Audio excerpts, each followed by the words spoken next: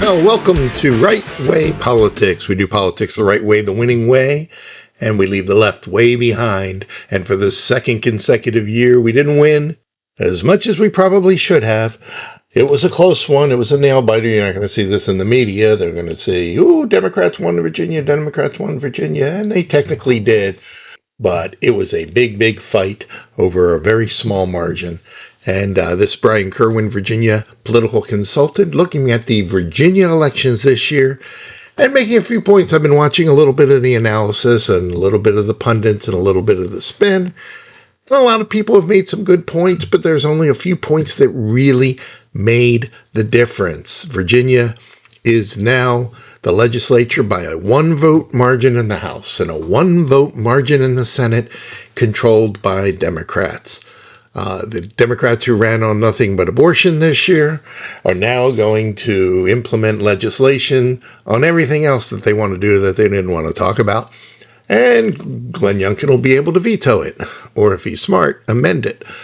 Send it back and make them vote on it twice. Make them vote on stuff they really don't want to vote on. That's a beautiful thing. Only one Democrat leaps off onto the Republican side. You can never see... You could see some surprising things pass that you wouldn't think would pass a Democratic legislature. This year was all about the governor. It was this election was Glenn Youngkin 2.0. You've got 100 seats in the House of Delegates. You've got 40 seats in the Senate. The Senate's a really easy one to analyze because the Republicans actually did well. They started off with 18 seats out of 40, and after the election, they have 19 seats, so they actually gained in the Senate. You won't hear many people applauding that, but the Republicans gained in the state Senate. They're now 1 vote away from parity, with the lieutenant governor breaking tie votes.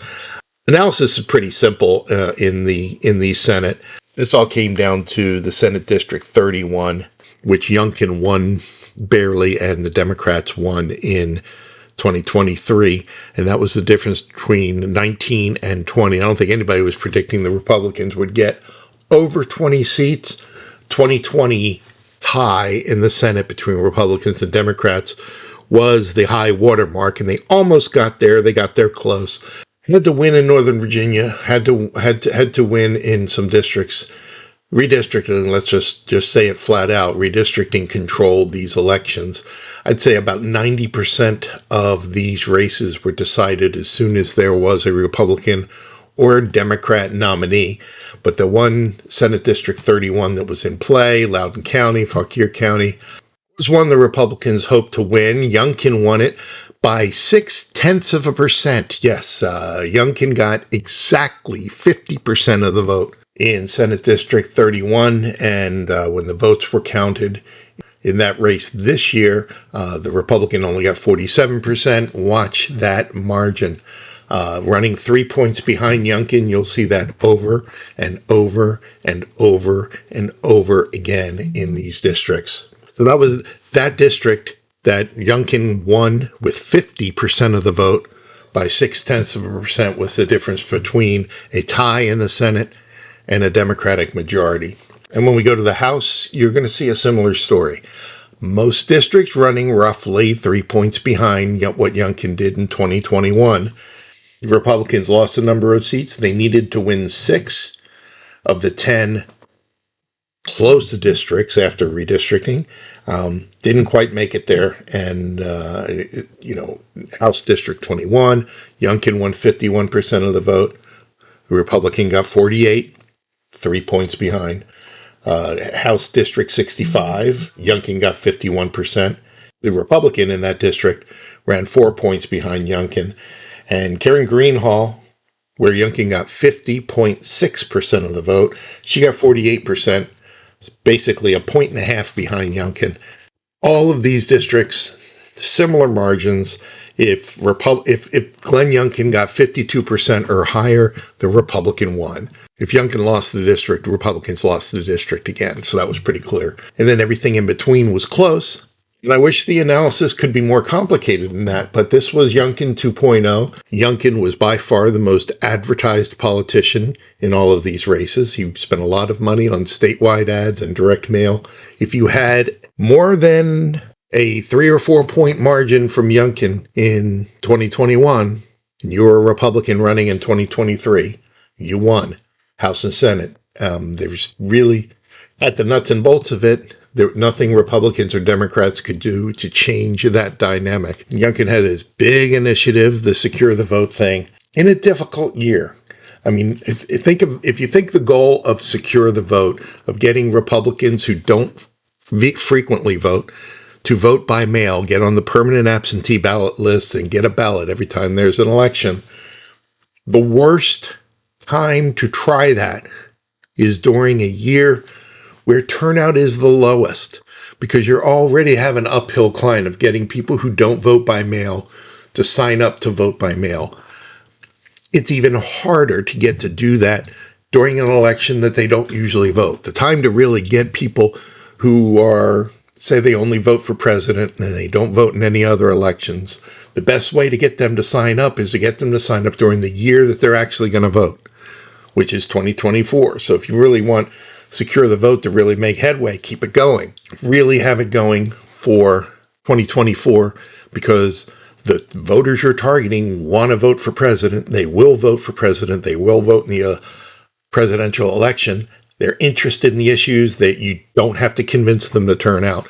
You just have to convince them to fill out a form. Doing it this year in 2023, you doubled your handicap. Not only are you trying to get people who never voted by mail before to vote by mail, but you're getting people who don't vote in legislative races to turn out in legislative races. And I know everybody had the big push and everybody tried to solve the voting by mail deficit with the Democrats. This is just not the year to expect it to make big headway. This is the kind of thing that over a number of years, because the Democrats didn't do it in 1 year, the Republicans over a number of years, and the Democrats really made their headway in absentee ballots in 2020 during a presidential election when turnout is high, when interest is high and everybody's voting, and then they get a ballot in all of the off years for the rest of their lives. We should probably take advantage of 2024 and use that to bulk up our vote by mail signups, because you don't have to convince them to be interested in 2024's election. That's the one they always vote in. It's the ones in between that we have to get them interested in, and the Secure the Vote absentee ballot by mail is a way to do that. The big story about this election is abortion. And you want to know why we ran a few points behind Youngkin in virtually every district? That was the headwind we were facing. I've been saying this for 20 years. Brian's role in politics is not necessarily what your stand is on the issue. It's what the issue is that's the topic of conversation. My rule, control the topic of conversation. Make the election a referendum on the issue that benefits you and doesn't benefit your opponent. And Republicans walked right into that this year with a 15-week proposal that everybody from the top of the ballot to the bottom of the ballot signed on. Everybody was singing from the same song sheet. The media covered it. Everybody talked about it. The problem was, of all the issues we could have run on, that was the issue that really didn't help us the most. That was the issue that really turned off independents. That was the issue that really motivated Democrats, and we made it our key platform issue. 15 weeks, millions was spent on promoting it. Much money was spent defending it when we were attacked for it, and the Democrats lied about it. We spent more money clarifying it. I was pulling my hair out during most of these campaigns. Everybody thinking they have to address, every Republican candidate thinking they have to address the abortion issue, and Glenn Youngkin doing TV ads talking about the abortion issue. We can't say the election's not about abortion when it's the issue we spent the most money on. Problem was, it took all the oxygen out of the room. If we took all the money we spent talking about abortion and put it on any other single issue, Joe Biden, Israel, taxes, crime, pick one. If we made a single policy proposal, made everybody sign on to it, and it showed that it benefited us was supported by independents and drove the Democrats nuts, and we spent the amount of money on it that we spent on abortion, we'd be swimming in victories. Because in a lot of these cases, 2 or 3% of the vote makes all the difference in the world. These are small districts. 1,000 votes here, 1,000 votes there makes the difference in 10 races. Problem with making abortion your key issue is it's probably the one issue that independents aren't lockstep with us on and that Democrats are highly motivated to oppose us on. I don't think it changed many votes. I don't think it motivated any national Republicans. I just think of all the issues we could have chose to make our signature issue, we had no car tax. We had parole in 1993. We had Bob's for Jobs in 2009 on the heel of the economic recession, depression. Youngkin fell into his key issue about parents and schools. Didn't really have a key contrast with McAuliffe that really broke through until that debate. And then we really had a clarifying issue. We really didn't have room for a second issue once we put all the emphasis and all the money on that first one. And that probably cost us a seat or two. And we're talking very few seats difference with very few differences in those races. A little change makes a big difference because we're really fighting over slim margins here. Looking back, how could we get more federal voters voting in state races? Well, the Democrats did it by talking about Donald Trump. We could do it by talking about federal issues. And of course, Joe Biden, probably the most unpopular Democratic president in my lifetime, with the possible exception of Jimmy Carter. But I think if you want to sign up federal voters to vote in state races, you have to campaign to them on issues they care about. Things they see on Fox News, things they see on Newsmax. Issues they care about that are national issues that you don't have to educate the voters about because they're already there. But if you send a mail piece to somebody who only votes during presidential years, and you're talking about some state bill in the House of Delegates or the state Senate, I think you're going to put the voters to sleep. If voters only vote in federal elections, there's got to be a reason. They care about federal issues. They don't pay attention to state issues. You can't make them care about state issues. You got to campaign them on what they care about. You can't make them care about things they don't. It's a lot harder to do that. It costs a lot more money to educate a voter than it takes to reflect what the voter already thinks. If we want to get those folks motivated to vote in the off years, we've got to talk to them about issues that may not necessarily be state issues, but are things that motivate them. What did they see? What were federal voters that we were trying to get to vote in Virginia? What did they see? They saw the drama of national Republicans kicking out their own Speaker of the House, fighting over federal spending, not being able to reelect a speaker. All that drama happening during our elections and is on the national media every day, every night. It's what they're following. They're following who should be speaker, who's voting for speaker, which Congress members are voting for this speaker versus that speaker. And that's what they care about. Meanwhile, we're talking about Democrats and state issues and things they want to do at the state level. And I think we put the voters to sleep that we wanted to suddenly turn out for the first time in their lives during an off-year election. So my bottom line is, I think abortion was the wrong issue for Republicans to make this campaign about. I don't think it was as lethal as people want to make it out to be, but if you're going to pick one issue for Republicans to run on to be a statewide rallying cry, I don't think this is the one to do. And it certainly was the one the Democrats wanted to. They wanted to make the whole campaign about abortion. They certainly did. And we obliged.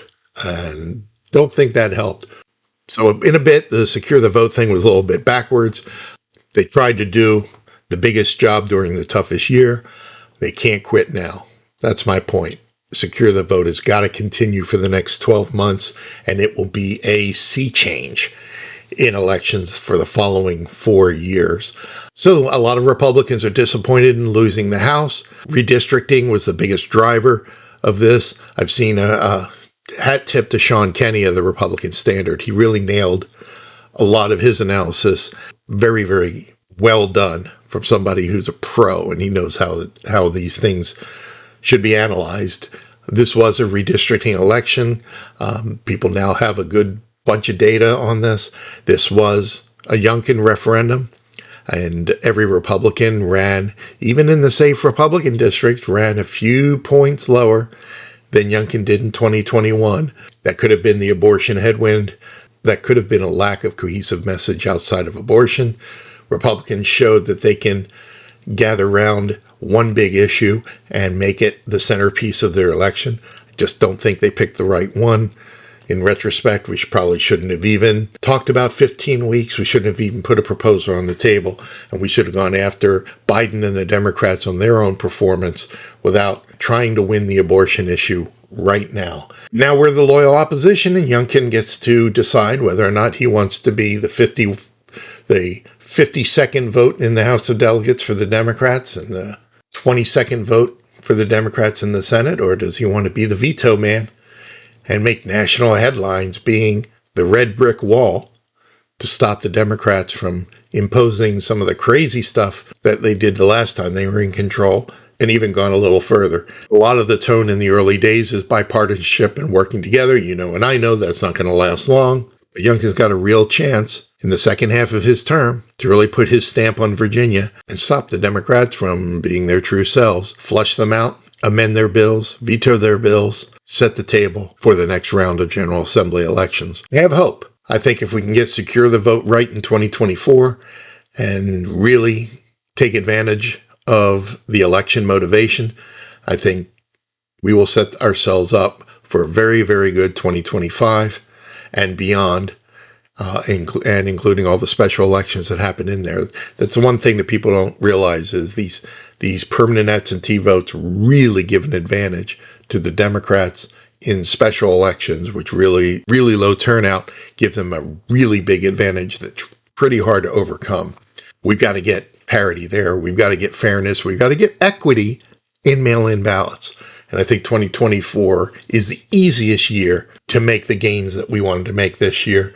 And that's my analysis of Virginia's elections 2023. This is Virginia's political consultant, Brian Kirwin, for Right Way Politics. We hope you find your way back to Right Way Politics.